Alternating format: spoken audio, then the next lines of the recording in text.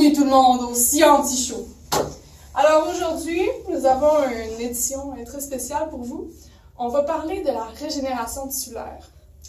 Est-ce que vous avez déjà entendu parler de l'hydre de Lerne? C'est une créature de la mythologie grecque qui a la capacité de,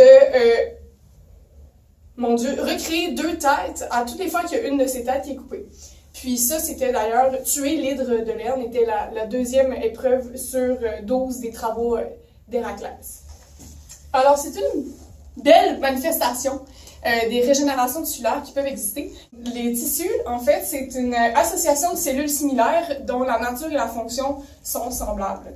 Elles ont des fonctions communes, puis on peut distinguer les tissus en 4 grandes catégories, dont les tissus conjonctifs, les tissus épithéliaux, les tissus musculaires et les tissus nerveux. L'histoire de la régénération tissulaire est un peu obscure parce que, bon, on y est parvenu par peine et misère, par hasard, par sérendipité. C'est d'ailleurs un peu ce qu'on peut constater avec une entreprise familiale qui nous vient tout droit de Zurich, qui a été fondée en 1851.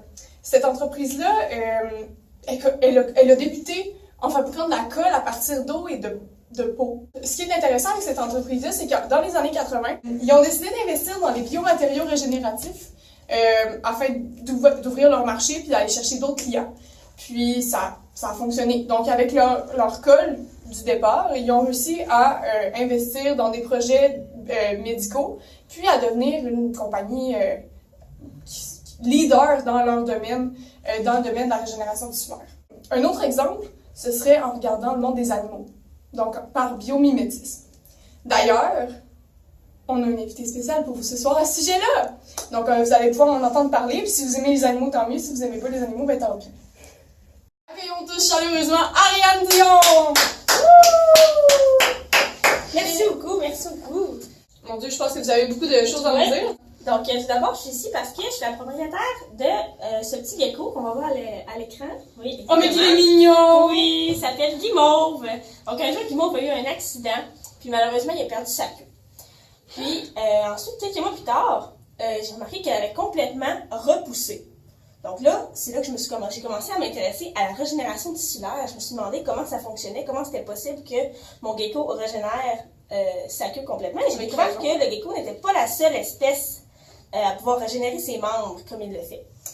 L'axolote, c'est une espèce qui est capable de régénérer non seulement ses os, ses muscles et ses tissus, donc régénérer ses membres en fait, mais aussi des parties de son système nerveux central et de ses yeux, mesdames et messieurs. Non! Donc, ceci est possible grâce à la dédifférenciation. Donc, c'est des cellules adultes qui se dédifférencient, donc qui se dissocient un peu de leur fonction qui leur était attribuée, pour former le ou les tissus nécessaires à la régénération du membre ou, dans le cas d'axolote, du système nerveux. Des cellules quittent leur poste dans le corps pour se rendre à l'endroit où a eu lieu la blessure et où la régénération est nécessaire. Par la suite, il y a une masse qu'on appelle blastème qui est formée à partir de ces cellules-là, des cellules différenciées, au bout du membre à régénérer. Donc, ces cellules ont ensuite la capacité de redevenir ce qu'elles étaient auparavant ailleurs dans le corps. Donc, elles redeviennent, par exemple, une cellule musculaire qui s'est dédifférenciée, elle se déplace jusqu'à l'endroit où la régénération doit avoir lieu et elle se retransforme, si on veut, en cellule musculaire. Donc, certaines espèces vont encore plus loin que la simple régénération des membres, comme le font les salamandres et les étoiles de mer. Donc, en effet, la planaire et l'hydractinia, donc ça c'est l'hydractinia et on a la planaire à côté, peuvent régénérer complètement leur tête grâce à des cellules que l'on appelle néoblastes. Donc, ces cellules sont comme des cellules souches que ces espèces possèdent toute leur vie, contrairement à nous et à la plupart des mammifères, puisque les nôtres deviennent rapidement des cellules spécifiques qui se différencient. Donc, ces explications sont plutôt grossières, mais les scientifiques ont encore beaucoup de difficultés à expliquer ce phénomène de régénération tissulaire chez ces espèces-là avec une grande précision. Ça reste encore une avenue à explorer et on est encore loin de pouvoir appliquer ce phénomène-là directement à l'humain. Wow, vraiment intéressant. Ouais. Merci beaucoup. Merci beaucoup. Après cette belle exposition du biomimétisme, on a un chercheur, M. Lento, qui va pouvoir nous parler un peu plus de ça parce que j'ai sincèrement pas les connaissances pour vous expliquer tout ça en détail. Nous retrouvons aujourd'hui plusieurs méthodes de régénération tissulaire. D'abord, les cellules souches ont deux propriétés essentielles. La première, c'est l'autorenouvellement, soit la division d'une cellule souche qui donne naissance à deux cellules filles qui sont identiques à la cellule mère. Cette propriété est essentielle notamment dans le développement embryonnaire. La deuxième propriété, c'est la différenciation. Une cellule souche peut se transformer en une cellule différenciée, comme un myocyte, soit une cellule musculaire, ou un hépatocyte, une cellule du foie. Une approche récente pour contrôler le vieillissement et la qualité des cellules consiste à prélever à des individus entre 21 et 35 ans des cellules souches et de stocker celles-ci dans un environnement très froid. Cet entreposage de cellules souches peut se faire à moyen terme ainsi qu'à long terme, et c'est pourquoi cette méthode est utile autant pour celui qui se blesse que pour une personne âgée. Plutôt que d'accélérer le processus de régénération, des médicaments à base de peptides ou peptides de régénération freinent la dégénération des cellules. Plus précisément, ces médicaments arrêtent la progression de maladies dégénératives ainsi que d'autres lésions tissulaires. Ces médicaments peptidiques peuvent cibler exclusivement certaines caspases. Les caspases sont des enzymes essentielles à l'apoptose des cellules, soit le processus d'autodestruction des cellules qui est essentiel à la vie afin de maintenir en équilibre la production et la dégradation des cellules. Par conséquent, si on retrouve plusieurs caspases au niveau d'une région corporelle précise, un tissu est sûrement lésé à cet endroit. Les peptides de régénération ont un mode d'action qui élimine de manière sélective les caspases excédentaires de cellules endommagées et en dégénération. Le processus d'apoptose qui était intensifié est alors diminué. Depuis quelques années, on utilise pour les tissus osseux des méthodes comme la greffe de moelle osseuse, ainsi que des protéines qui vont augmenter la densité osseuse ou qui vont venir stimuler la régénération. Aux États-Unis, une équipe de chercheurs provenant d'universités différentes ont créé un composite nanostructuré à partir d'un ensemble de matériaux qui viennent augmenter les facteurs accélérateurs de reconstruction des tissus osseux. Il suffit de prendre les cellules d'un patient, y extraire les organites et les éléments nécessaires à l'assemblage d'une nanoparticule biomimétique, soit une particule qui va imiter un comportement. On y ajoute le composite et on réintègre le tout dans l'organisme de l'individu à l'aide d'une seringue. Il s'agit en fait d'un composite solide qui est fait notamment de silicium et d'acides aminés. Il n'envoie pas de message d'alerte au système immunitaire, il se dégrade naturellement et finit donc par s'estomper de l'organisme de l'individu. Cette technologie remplacera donc éventuellement les morceaux de métal qu'on utilise aujourd'hui, encore comme guide ou support, et qui restent dans le corps d'un individu de façon permanente. Enfin, contrairement à plusieurs biomatériaux qui sont conçus en 2 dimensions et qui sont superposés en 3 dimensions, la matrice de régénération est réellement en 3 dimensions, ce qui permet une croissance et une régénération tridimensionnelle qui va être d'autant plus adaptée pour le corps d'un individu. En effet, il s'agit de la seule méthode connue pouvant immédiatement régénérer de nombreux tissus conformément à l'organisation en couche initiale des tissus. En d'autres mots, le corps reprend sa forme de départ. Elle se dégrade elle aussi naturellement.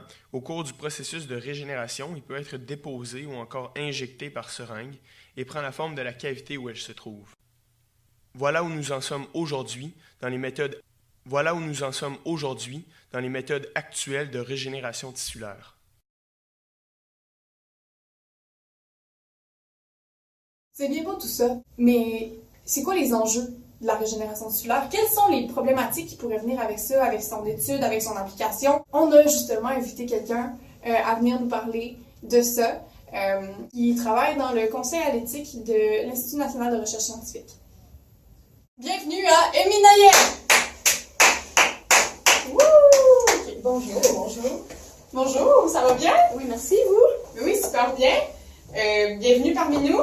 Donc, la régénération tissulaire, bien évidemment, on a besoin de cellules souches et des cellules souches embryonnaires, mais il y a plusieurs enjeux éthiques soulevés par l'utilisation de ces cellules souches, notamment les cellules souches embryonnaires, puisque c'est les cellules souches qui peuvent se différencier en n'importe quelle autre cellule. Par contre, pour l'utilisation de ces cellules souches embryonnaires, on a besoin de tuer un embryon. Puis la question qui est soulevée ici, c'est est-ce qu'on tue un être humain en utilisant ces cellules souches embryonnaires? Les cellules souches embryonnaires posent également un problème du niveau médical parce que dans une récente étude, on a découvert que puisqu'ils n'arrêtent pas de se multiplier, ils se multiplient indéfiniment, ils ressemblent drôlement aux cellules cancéreuses qui elles aussi se multiplient indéfiniment. Puis ça peut même mener, que l'étude proposait, à des tumeurs bénignes et même malignes qui peuvent former par la suite un cancer. Est-ce que les cellules souches embryonnaires amènent juste du positif? D'accord, je comprends. C'est un bel enjeu quand même. Aussi, pour les expériences de la régénération tissulaire, il y a beaucoup de tests qui sont effectués sur les animaux. Plusieurs personnes qui trouvent que la méthode scientifique n'est pas appropriée puisqu'on fait subir ça à tous les animaux avant de pouvoir appliquer la méthode aux humains. Maintenant, les enjeux économiques. Cette méthode de matrice de régénération pourrait emmener beaucoup de revenus du côté médical et aussi beaucoup d'emplois.